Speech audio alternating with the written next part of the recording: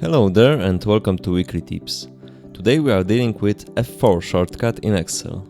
I'm sure that some of you know how to use F4 in Excel. It can be used to toggle between absolute and relative references, just like that. But in this video I want to show you less common usage of F4 in Excel. Basically, F4 allows you to repeat your last action. It can be used in very different situations. For example, let's suppose that you have to delete some rows in your worksheet. You can use Ctrl+-, but you need to use two hands to do that.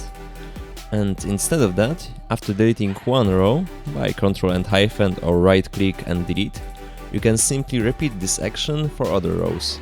Other case in which F4 can be useful is formatting cells. You can choose your desirable format and then apply it everywhere you want to.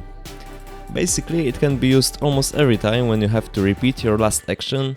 Just try it for yourself and see if it works for you. Final info about this shortcut: it works in other MS Office applications as well. If you know some other uses of F4 in Excel, please share them in the comments below. That's all for today, thank you and see you next time.